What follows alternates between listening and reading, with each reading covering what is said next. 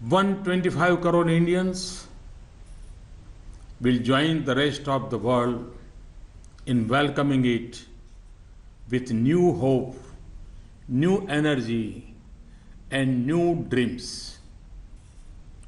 Since Diwali, our nation has been witness to a historic rite of purification. The patience, discipline, and resolve displayed by 125 crore Indians will play a critical role in shaping the future of the nation for years to come. In God's creation, humans are endowed with fundamental goodness. With time, the distortions of badness creep in. People feel suffocated in a bad environment and struggle to come out of it.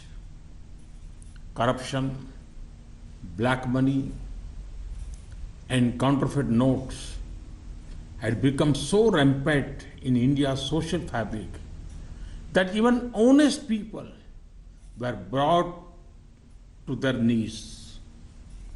People were forced by circumstances in defiance of their inherent goodness. It seemed at times that the evils and corruptions of society, knowingly or unknowingly, intentionally or unintentionally, had become a part of our daily lives. Developments post Diwali have shown that crores of Indians were looking for an escape from this suffocation. We have, during the external aggressions of 1962, 1965, 1971, and Kargil, witnessed the intrinsic strength of our citizens, such as collective energy and patriotism, is understandable in the face of external threats. However, when crores of Indians unite to fight a war against internal evils, it is unparalleled. Indians have, with firm resolve and infinite patience, faced difficulties with a smile, redefining the concept of sacrifice. We have lived these ideals. 125 crore Indians have shown in their fortitude the importance we place in truth and goodness. This has been written on the sands of time. Indians have displayed the strength of people power, utmost discipline, and the ability to discern the truth in a storm of disinformation. They have shown that resolute honesty can defeat dishonesty. They have shown how much even people trapped in poverty are willing to do to build a glorious India. The people, through persistence, sweat, and toil, had demonstrated to the world an unparalleled example of citizen sacrifice for the brighter future of nation. Usually, when people's movements have arisen, the people and the government have been at loggerheads. It is historic that both the people and the government are on the same side in this battle against evil. The government is well aware that in this period you had to queue up and face difficulty in withdrawing your own money. I received letters from many people. They have shared their pain and sorrow with me, but also emphasized their support. You have talked to me as one of your own. In this fight against corruption and black money, it is clear that you wish to walk shoulder to shoulder with us. For us in government, this is a blessing. My effort is to take the banking system to normalcy as fast as possible in the new year. I have asked all concerned officers in the government to focus their attention to this task. They have especially been told to proactively resolve the problems in rural and remote areas. Friends, there is no precedent globally to what India has done. Nations similar to us do not have the amount of currency that we had. Over the last 10 to 12 years, 500 and 1000 rupees currency notes were used less for legitimate transactions and more for parallel economy. The excess of cash was fueling inflation and black marketing. It was denying the poor their due. Lack of cash causes difficulty, but excess of cash is even more troublesome. Our aim is to achieve a balance. Economists agree that when cash is outside the formal economy, it is a cause of worry. When it joins the mainstream, it is an opportunity for development. I'm sure if great sons of India like Jayaprakash Narayan, Lal Bahadur Shastri, Ram Manohar Lohia,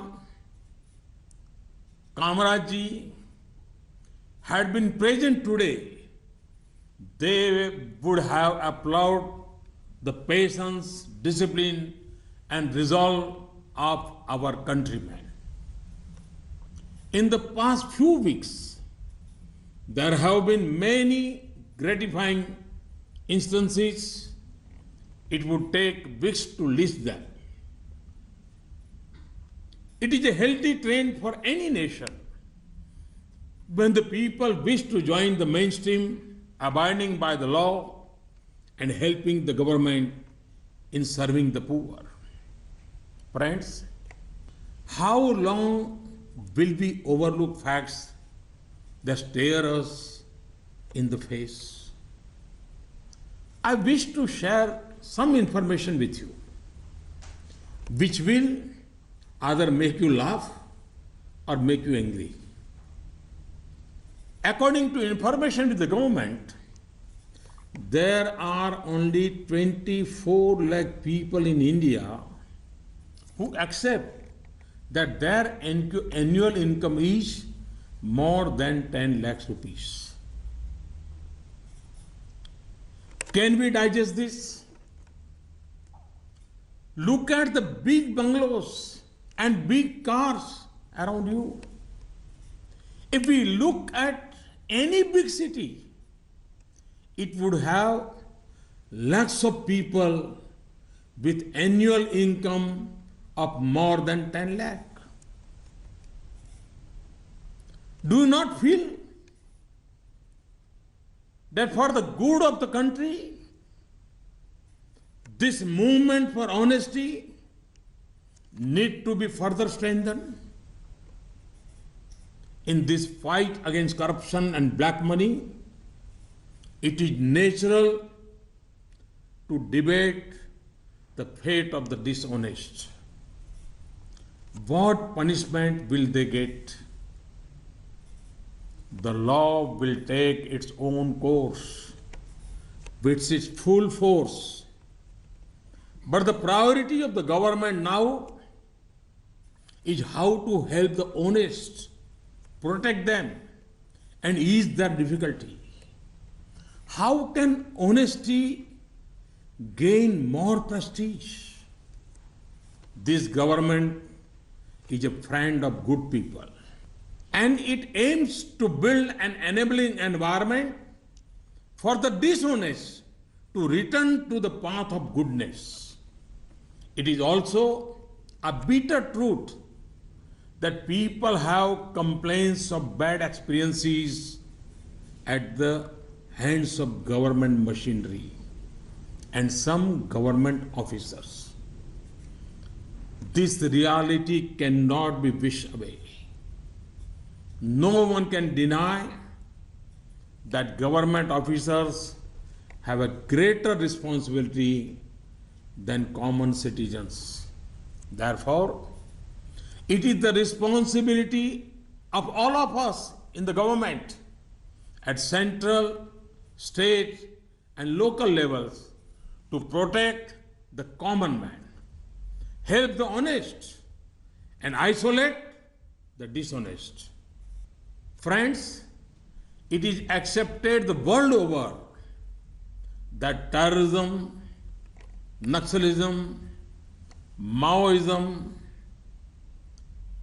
counterfeit currency trade, drug trade, human trafficking, all of this depend on black money. These evils have become a festering sore on society and governments. Demonetization has dealt a severe blow to these trades. Today, youth who had turned to the wrong path are returning to the mainstream in large numbers. If we remain vigilant, we can now save our children from returning to those evil ways of violence and cruelty. The fact that so much of the cash in circulation has been deposited in the banking system indicates the success of this mission. Events of the last few days indicate that escape routes for the dishonest have all been sealed. Technology has played a big role. The habitual offenders will be forced to abandon their misdeeds and join the mainstream. Friends, this also represents a golden opportunity for the country's banking system. During this period,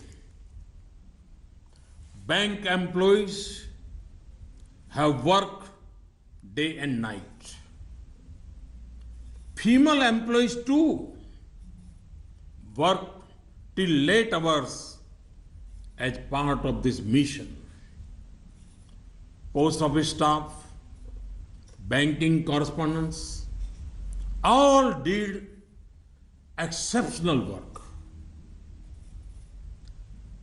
Amid this Herculean effort, some grave crimes by some officers in some banks have come to light.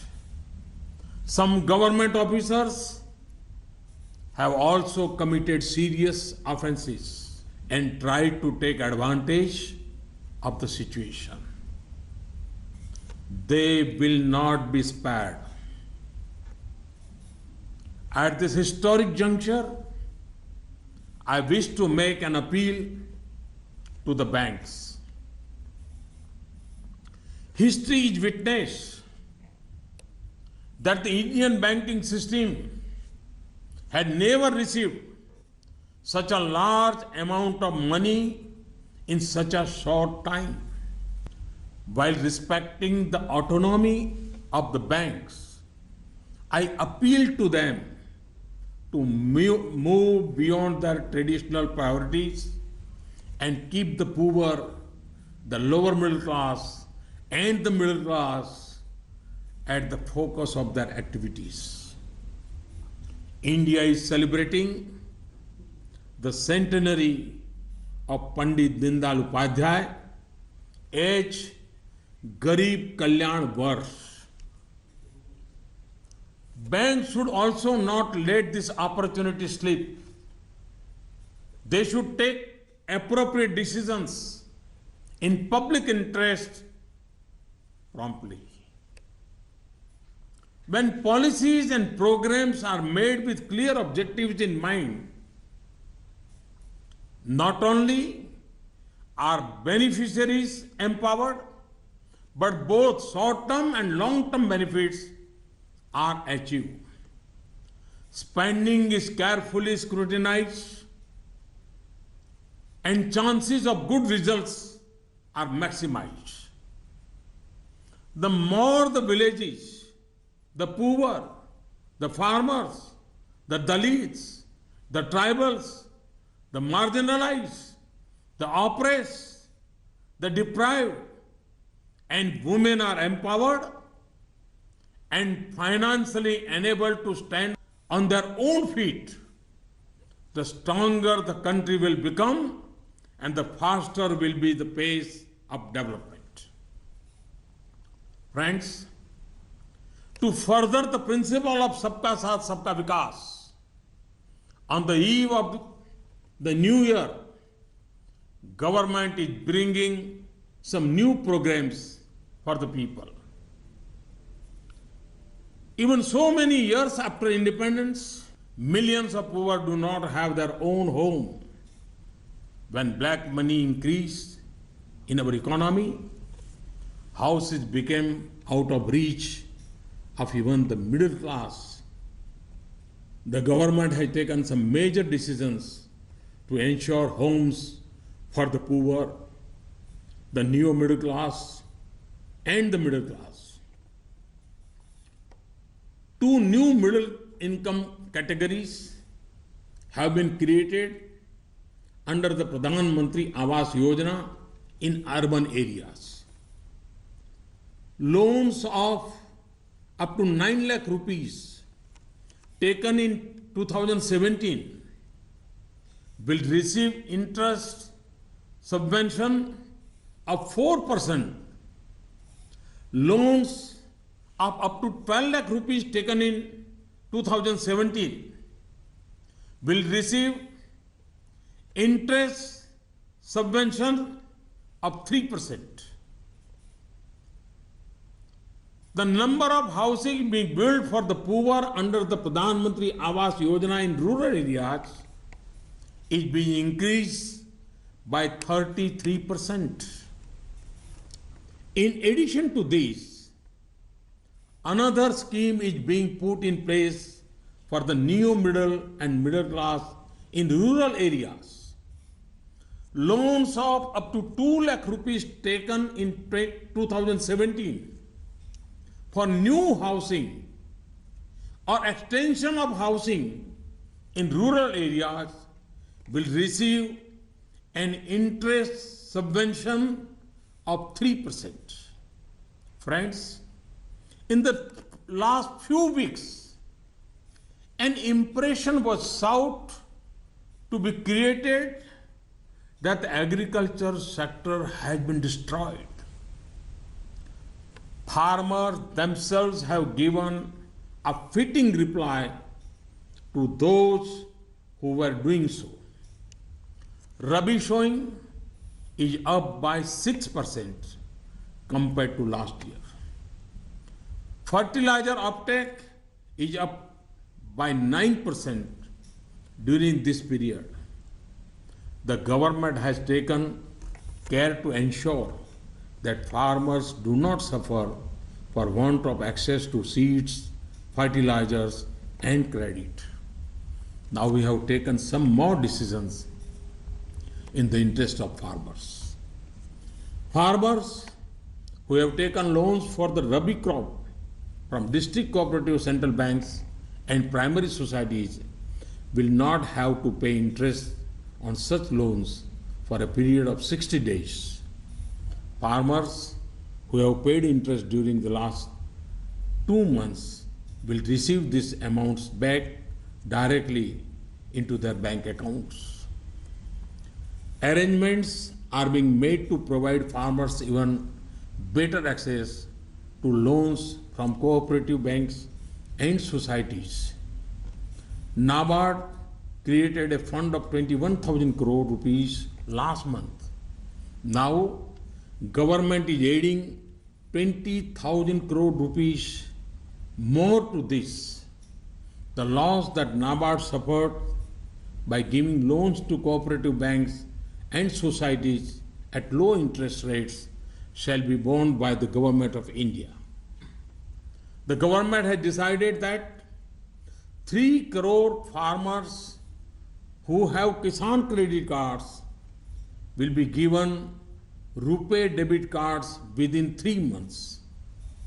Kisan credit cards were launched in 1998, but so far it was essential to go to a bank to use them. Now farmers will have RuPay debit cards which they can use anywhere. Just as agriculture is vital for the economy, so are the medium and small scale enterprise, also called the MSME sector. Government has taken some decisions in the interest of small and medium businesses, which will also boost employment. Government of India underwrites loans given by banks to small businesses through a trust. So far, loans were covered up to 1 crore rupees. This limit is now being enhanced to 2 crore rupees. Earlier, the scheme only covered bank loans. Hereafter, it will cover loans given by NBFCs as well. The decision will enable better access to credit for small shop owners and small enterprises. Banks and NBFCs will not levy high interest on these loans as Government of India is bearing the cost of underwriting them. Government has also asked banks to raise the credit limit for small industry from 20% of turnover to 25%. Banks have also been asked to increase working capital loans from 20% of turnover to 30% for enterprises that transact digitally. Many people connected with this sector have made cash deposits in the last few weeks. Banks have been asked to take this into account when deciding on working capital. A few days back, government announced a major tax relief for small businesses. Income of businesses with turnover of up to rupees 2 crores was calculated at 8% of the turnover. Now, For such businesses, income from digital transactions will be calculated at only 6%. This will effectively reduce the tax liability by 25%. Friends, the progress of the Mudra Yojana has been very, very encouraging. Last year, nearly 3.5 crore people have been benefited from this. The government now aims to double this, giving priority to Dalits, tribals, backward classes, and women. A new scheme is being launched for pregnant women. We are introducing a nationwide scheme for financial assistance to pregnant women. 6,000 rupees will be transferred directly to the bank accounts of pregnant women who undergo institutional delivery and vaccinate their children. This scheme will help reduce the maternal mortality rate in a big way. This will help ensure nutrition before and after delivery and improving the health of mother and child. So far, pregnant women in 53 districts were being given financial assistance of 4,000 rupees under a pilot project. We are initiating a scheme for senior citizens. Banks often reduce their deposit rates when they receive a large volume of money. This should not adversely impact senior citizens. Under the scheme, senior citizens will receive a fixed interest rate of 8% for a period of 10 years on deposits up to 7.5 lakhs rupees. The interest will be paid monthly. Friends, political parties, political leaders, and electoral funding figure prominently in any debate on corruption and black money. The time has now come that all political leaders and parties respect the feelings of the nation's honest citizens and understand the anger of the people. It is true that from time to time, political parties have made constructive efforts to improve the system. I urge all parties and leaders to move away from a holier than thou approach to come together in prioritizing transparency and take firm steps to free politics of black money and corruption. In our country, people ranging from common man to the president have at some point or other advocated simultaneous conduct of state and national elections. This is to break the endless cycle of elections, reduce election expenditure, and minimize pressure on the administrative machinery. The time has come for this to be seriously considered and debated. Positive change has always found space in our country. We can now see a positive momentum toward digital transaction in India. More and more people are transacting digitally. Yesterday, government has launched a new Swadeshi platform for digital transactions named Bhim after Baba Sahib Bhimrao Ambedkar. Bhim stands for Bharat Interface for Money. I call upon the youth, the trading community, and farmers to connect with Bhim as much as possible.